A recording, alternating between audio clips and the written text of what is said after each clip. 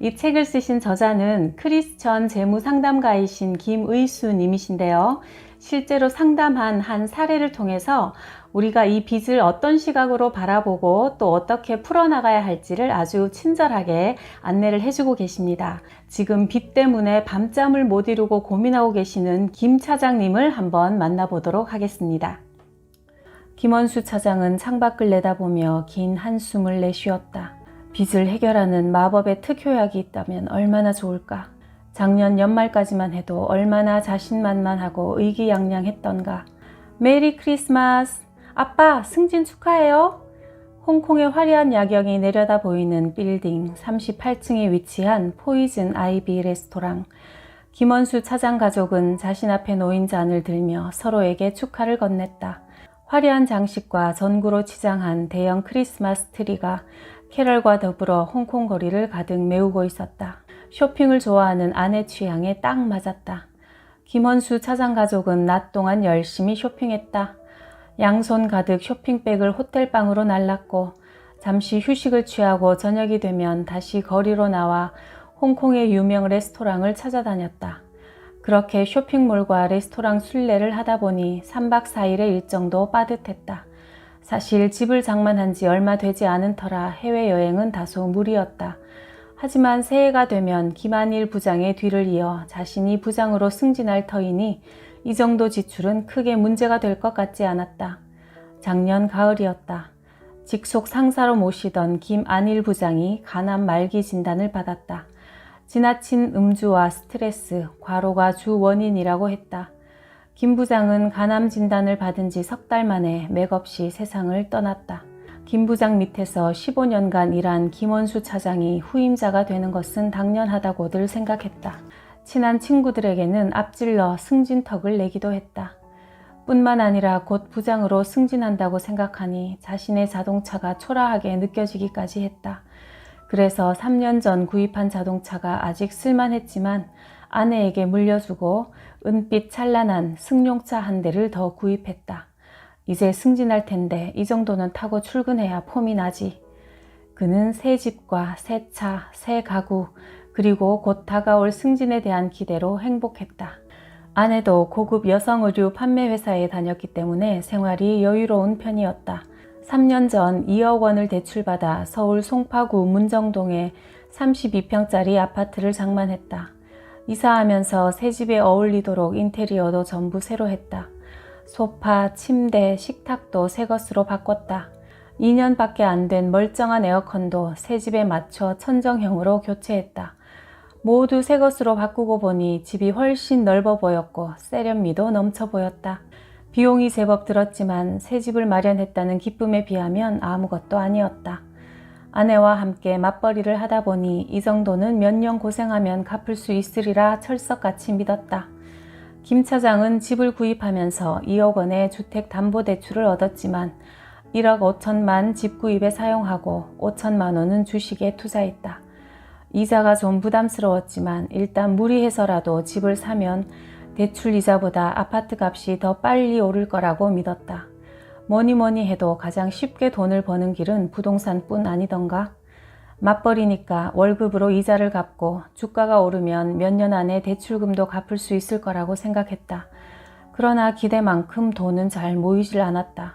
대출 이자와 생활비, 교육비, 부모님 용돈 등을 제하고 한 달에 60만 원을 저축할 수 있었다. 그러나 조금씩 여유가 생기면서 몸은 점점 편안하고 안락한 생활에 젖어들었고 지출은 야금야금 늘어났다. 이따금 줄이려고 해봤지만 더 이상 줄여지지가 않았다. 우리 열심히 일했잖아. 좋은 집에서 좋은 음식을 먹을 만한 자격이 충분히 있다고. 우리가 이 집을 장만하려고 얼마나 열심히 일했어? 이제는 삶의 여유도 좀 즐길 줄 알아야 한다고. 보너스나 성과급이 나오면 가족과 함께 해외여행도 다녔다. 주말에는 소문난 맛집을 찾아다니며 외식도 즐겼다. 내가 이렇게 일하는데 이까지 옷 한 벌 못 사 입어? 아내 역시 근무하는 매장에서 파는 옷 한 벌 가격이 가전제품 하나 값과 맞먹다 보니 돈에 대한 감각이 무뎌져 갔다. 그래서 언제부턴가 물건을 고를 때 이왕이면 좀 더 나은 것, 좀 더 고급스러운 것을 찾았다. 유기농 저칼로리 우유, 기능성 건강음료, 가격이 2배나 비싼 유정란 등 작은 것에서 시작된 아내의 조금 더 나은 것에 대한 욕구는 거의 모든 것으로 번져갔다. 한 번 높아진 눈은 다시 낮추기가 힘들었다. 이건 한 번 사면 오래 쓰니까.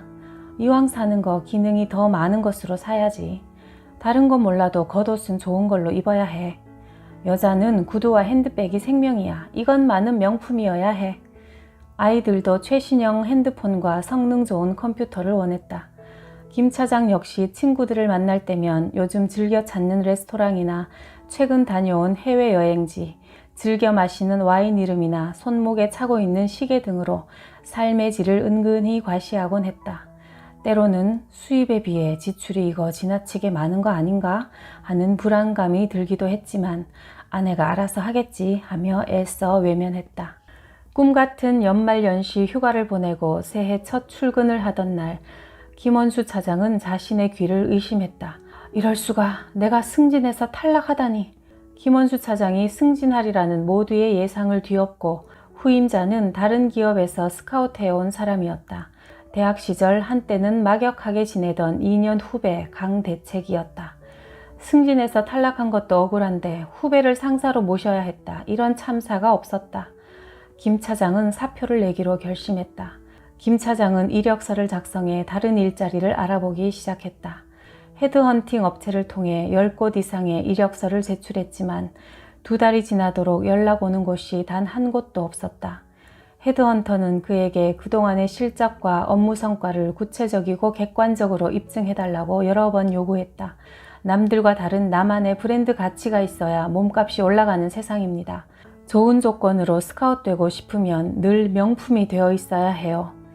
헤드헌터의 말을 들으며 김원수 차장은 퇴근 후 회식, 동창회 등을 전전하며 저녁 시간을 보내버린 자신이 부끄러워졌다. 명품을 몸에 걸치기만 좋아했지 실상 자기 자신을 명품으로 만드는 일에는 소홀했던 것이다. 왜 나는 지금까지 나를 개발해서 더 좋은 곳으로 가려는 생각을 못했던 걸까? 김 차장은 그제야 강대책 부장이 스카웃된 이유를 알 것 같았다. 강 부장은 자기 관리가 철저한 사람이었다. 회식을 해도 늘 1차에서 끝냈다. 길어질 것 같으면 다음 날 업무에 지장이 있다며 먼저 자리를 뜨곤 했다. 2차, 3차 술자리를 전전하며 거의 매일 술자리를 주선했던 김안일 부장과는 완전히 달랐다. 강대책 부장은 회의 때마다 다른 사람이 생각하지 못한 새롭고 신선한 아이디어를 쏟아냈다. 그는 고객의 요구에 민감하게 반응했고 그것들을 실용화할 수 있는 창조적인 아이디어를 지치지 않고 내놓았다. 1차로 50명을 감축한다는 공문이 게시판에 붙었다. 중학생과 초등학생인 두 아이들을 대학까지 보내고 결혼시키려면 그때까지 돈 들어갈 일이 잔뜩인데 만약 회사에서 잘린다면? 비로소 생존의 문제가 절실해졌다. 퇴근 후에는 회식이나 접대 모임 등 술자리에 빠지지 않고 참석했으니 이직이나 창업을 진지하게 고민할 시간이 없었다. 과연 내가 정년까지 일을 할 수 있을까? 그의 나이 이제 45세. 한때나마 빛났던 실적 때문인지 다행히 구조조정의 칼날은 피할 수 있었다. 대신 그를 비껴간 칼날이 아내를 겨냥했다. 아내가 다니는 의류회사가 매출 부진으로 자금 압박을 견디다 못해 문을 닫게 된 것이었다. 오늘 아침에도 아내와 말다툼을 했다. 월말만 되면 신용카드 청구서를 펼쳐놓고 서로에게 책임을 전가했다. 서로를 향한 원망으로 번번이 언성이 높아지곤 했다. 급기야 3천만 원짜리 마이너스 통장을 만들었지만 곧 한계에 이를 것이다. 지난달 카드로 결제한 아버지의 입원비 때문에 이달에는 90만 원이나 더 청구되었다. 이런 식으로 나가면 핸드폰에 신용카드 사용 중지라는 문자 메시지가 곧 올 것만 같다. 등골이 서늘해진다. 연일 하한가를 경신하고 있는 주가는 원금에서 2천만 원이나 까먹은 상태다. 설상가상으로 올여름 아내마저 회사를 그만두는 바람에 집안 수입은 반토막이 났다. 은행 대출이자와 새로 장만한 자동차 할부금만으로도 김 차장 월급의 40%가 날아가 버린다. 왜 그동안 아내가 갑자기 일을 그만둘 수 있다는 생각을 한 번도 하지 않았지? 김 차장은 요즘 잠을 이루지 못한다. 간신히 잠이 들어도 악몽에 시달린다. 아침에 자리에서 일어나면 베개 위에 머리가 한 움큼씩 빠져있다. 반으로 줄어든 수입과 점점 떨어지는 집값, 두 아이의 교육비, 마이너스 통장. 김 차장은 며칠 고민한 끝에 대형 서점으로 달려가서 재테크책 몇 권을 사왔다. 그가 막 책을 펴들고 읽던 곳을 찾는데 등 뒤에서 귀에 익은 소리가 들렸다. 선배님, 요즘 재테크에 관심이 많으신가 봐요? 강대책 부장이 웃으며 자판기 앞에 서 있었다. 선배님은 한 달 용돈을 얼마나 쓰세요? 글쎄, 정확히는 김원수는 얼버무렸다. 선배님은 직원들과 점심 식사를 할 때 앞장서서 계산하시죠? 또 회식할 때면 2차도 자주 쏘시잖아요. 부하 직원들에게 이따금 밥 한두 끼 사는 건 무리가 없지만 그런 일이 자주 있으면 그것도 한 달에 20만 원은 훌쩍 넘는 것 같더라고요. 재테크의 출발은 절약이에요. 저축 없이는 적은 종잣돈도 만들 수 없으니까요. 우리 같은 월급쟁이가 부자 되는 방법은 딱 한 가지예요. 수입의 반은 무조건 저축하고 지출은 최대한 줄이는 거죠. 그것도 제대로 못하면서 주식이나 부동산으로 돈 벌겠다고 생각하면 몸에 해로운 음식을 먹으면서 건강하길 바라는 것과 마찬가지예요. 일단 사고 싶은 것은 사고 보는 소비생활. 누가 부동산으로 돈 벌었다 하면 나도 그렇게 해야 한다는 강박관념. 가족끼리 가정의 경제 문제에 대해 대화하지 않는 것들이 총체적으로 모여서 재정적 질병을 낳게 되니까요. 펀드나 주식 투자는 전체적인 가정의 재무 상태를 점검한 뒤에 신경 써도 늦지 않아요. 그 전에 우리 가족에게 꼭 필요한 것이 무엇인지, 지금 얼마나 벌고 얼마나 쓰는지, 빚이 얼만지, 어떤 돈이 언제 얼마나 준비되어 있어야 하는지 파악하는 것이 첫 번째 단계예요. 혼자서 들여다볼 용기가 없다면 전문가를 찾아가서 재무 진단을 한번 받아보세요. 선배님, 너무 걱정하지 마세요. 어떤 경우에도 답은 있으니까요.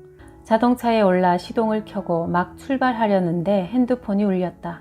아빠, 오늘은 꼭 핸드폰 사주실 거죠? 중학생인 아들은 엄마가 회사를 그만둔 걸 알면서도 60만 원짜리 새로 나온 폰을 사달라고 일주일째 조르고 있다. 이제껏 아이들이 원하는 것은 모두 다 해주었다. 아이들은 부모를 버튼만 누르면 돈이 나오는 현금 인출기로 아는 모양이다. 안 된다고 했잖아. 아빠는 맨날 안 된대. 아들이 화를 내며 전화를 끊어버렸다. 아마 내일쯤이면 아들의 성화에 못 이긴 아내가 핸드폰을 마지못해 사줄 것이다. 지금 내 인생은 과연 어디를 향해 달려가고 있는 걸까? 김헌수 차장 부부가 나를 찾아온 것은 3년 전 봄이었다. 김 차장 가정의 재무적 질병이 깊어진 뒤였다. 김헌수 차장 가정이 위기를 맞은 한순간은 무리해서 집을 구입한 순간이었다. 맞벌이라는 이유로 무분별하게 과소비를 한 것도 한몫했지만 말이다. 주변에서 흔히 볼 수 있는 사례다. 가정의 재무 문제는 원인을 진단하면 어떤 경우라도 대처 방법을 찾을 수 있다. 나는 몇 가지를 질문한 뒤 회복 방안을 제시했다. 뭐라고요? 집을 팔고 전세로 줄여가라고요? 무리해서 집을 구입한 게 김 차장 가정의 시한폭탄이었다. 집을 팔지 않으면 가망이 없습니다. 그러나 집을 팔면 희망이 있습니다. 안 돼요. 절대 집은 팔 수 없어요. 절대로요. 부인의 얼굴이 절망감과 서글픔으로 일그러졌다. 이런 현금 흐름이 2년간 계속되면 결국 은행 빚을 감당할 수 없는 상황이 됩니다. 은행 빚을 갚지 못하면 신용 불량이 되고, 그렇게 되면 애지중지하던 집도 자동차도 가구도 차압당합니다. 마침내 인생까지 차압을 당하게 될 겁니다. 이자를 못 내고 카드 결제를 몇 달 못하면 바로 신용불량자가 된다. 회사 경영이 어려우면 구조조정을 하죠. 가정경제도 어려우면 구조조정을 해야 합니다. 부인의 눈에서 급기야 눈물이 흘러내렸다. 김 차장 가정은 맞벌이였을 때 집도 사고 차도 사는 등 별 걱정 없이 소비 생활을 했다. 하지만 아내가 갑자기 실직하는 바람에 매월 200만 원 정도의 적자가 발생했다. 아내가 직장을 그만두면서 저축은 꿈도 꾸지 못했지만 부부는 내 집과 차가 있다는 심리적 포만감 때문에 상황을 심각하게 받아들이지 않았다. 그래서 적자가 발생한 첫 달에 두 군데의 카드론으로 1,200만 원을 대출받아 몇 달간 버텨온 것이다. 김 차장 가정은 다행히 카드론이 바닥날 즈음 나를 만났다. 사채까지 사용하면 결국에는 재기불능 상황을 맞을 수밖에 없다. 집에 집착할수록 상황은 악화됩니다. 그리고 현재 굴리고 있는 자동차 2대도 이 가정에는 무리입니다. 아직 할부도 안 끝난 차를 팔라는 말씀인가요? 이번에는 김 차장의 얼굴이 일그러졌다. 빚을 없애는 것이 재무관리의 기본 원칙입니다. 빚을 완전히 해결하고 다시 새 출발을 해야 합니다. 집을 팔고 줄여가는 것도 서러운데 자동차까지 팔아버리면 제가 너무 비참할 것 같습니다. 그러니 새 차는 그대로 놔두고 대신 헌차를 팔면 어떨까요? 김 차장은 새 자동차에 대한 미련을 버리지 못했다. 멀리서 봐도 은빛으로 번쩍거리는 자동차는 김원수 차장의 자존심이자 고귀한 분신 같은 존재였다. 김 차장님, 아무리 고급 외제차를 타고 다녀도 종착역이 파산과 비참한 노후라면 그 자동차가 무슨 의미가 있겠습니까? 중고차를 타고 다녀도 종착지에 풍요롭고 안락한 성이 기다린다면 그 길을 택해야죠. 중요한 것은 지금 내가 타고 있는 자동차가 아니라 지금 이 자동차가 어디를 향해 달려가고 있느냐는 겁니다. 지금의 고통은 잠깐 터널을 지나가는 겁니다. 터널을 지나는 동안은 어둡고 힘들겠지만 터널을 통과하면 환한 하늘과 넓은 대로를 한눈에 볼 수 있어요. 앞으로 2년을 잘 견디면 온 가족이 풍성한 삶을 살 수 있습니다. 그리고 작은 평수의 전세로 이사를 가도 지금의 삶과 크게 달라지지 않습니다. 가정의 재무 상황에 대해 이야기할 때 자녀들도 반드시 동참해야 한다. 그래야 공감대를 형성할 수 있다. 부모와 자녀가 공감대를 형성해야만 자녀들이 상처받지 않고 부모를 이해하고 나아가 기꺼이 협력할 수 있다. 가령 김원수 차장의 아들이 무리하게 비싼 핸드폰을 사달라고 요구할 때 형편이 되지 않는데 사주는 것은 어렸을 때부터 경제적인 질병을 키우는 것이다. 자녀들이 어리더라도 가정의 경제 사정을 자세히 알려주어야 한다. 그래서 크고 작은 재무적인 결정을 할 때는 아이들까지 온 가족이 참여해야 한다. 김원수 차장 가정은 이사를 했다. 32평에서 24평으로 집을 줄이다 보니 정리할 짐도 많았다. 먼지를 뒤집어 쓴 채 베란다에 방치된 러닝머신과 사놓고 거의 사용하지 않은 자전거, 처음 한두 번 외에는 빵을 구워본 적 없는 제빵기, 안방에서 자리만 차지하고 있는 안마의자, 그리고 백화점 세일 기간에 싸다고 무턱대고 사들인 옷들, 계절이 바뀔 때마다 홈쇼핑에서 구입한 침구와 자질구레한 부엌용품과 가정용품들도 많았다. 특히 김 차장 부인은 대형마트에서 하나 사면 하나 더 주는 1+1 상품에 약했다. 필요하지도 않으면서 충동구매로 산 물건들이 싱크대, 옷장, 신발장, 베란다에 넘쳐났다. 아이들 물건도 마찬가지였다. 며칠을 사달라고 조르다가도 막상 사주면 몇 번만 사용한 운동기구들이 베란다 창고에 쌓여 있었다. 인라인 스케이트와 스노보드, 여기저기 굴러다니는 농구공과 야구용품들, 책상 서랍에는 한 번도 사용하지 않은 노트와 계산기, 필기도구, 전자사전 등으로 빈틈이 없었다. 네 사람은 그제서야 온 가족이 얼마나 무분별하게 물건을 사들였는지 깨달았다. 애지중지하던 은빛 자동차를 판 김 차장 역시 의기소침했다.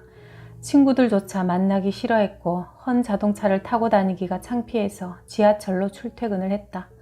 하지만 김 차장 가정이 32평 아파트를 팔고 24평 전세로 이사간 뒤 매월 적자였던 월 가계 수지는 흑자로 돌아섰다. 우선 매월 150만 원 정도 지출되던 주택담보대출이자와 마이너스 대출이자의 지출이 없어졌다. 또 부부가 각각 몰고 다니던 2대의 차 중 김 차장이 몰고 다니던 새 차를 팔자 매월 나가던 차량 할부금도 없어졌다.